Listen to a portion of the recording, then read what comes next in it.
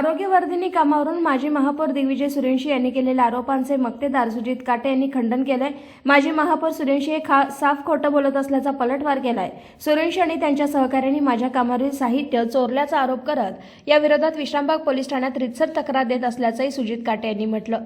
यावेळी ते म्हणाले, आरोग्यवर्धिनी केंद्राच्या कामावरून मला दिग्विजय सूर्यवंशी यांनी खूप त्रास दिलाय, मानसिकही त्रास दिलाय। जागा बदलण्यापासून ते आता गेटला कुलूप लावण्यापर्यंत सूर्यवंशी यांनी प्रत्येक वेळी माझ्या कामात हस्तक्षेप केला आहे। माझे आरोग्य केंद्राचे काम नियमानुसार असून कोणतेही नियमबाह्य काम मी केलेलं नाही। उलट आजूबाजूच्या लोकांना सांगून माझं काम सातत्याने बंद पडण्याचा उद्योग सूर्यवंशी यांनी केल्याचा आरोप सुजित काटे यांनी केला।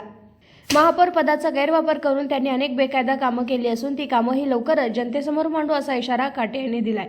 माझ्या कामाची तपासणी मनपाच्या अधिकाऱ्यांनी केली असून मी जेवढं काम केलं आहे त्याचेच बिल मी घेतले असल्याचा खुलासा काटे यांनी करत 2 दिवसात हे काम सुरू करत असल्याचंही त्यांनी स्पष्ट केलं।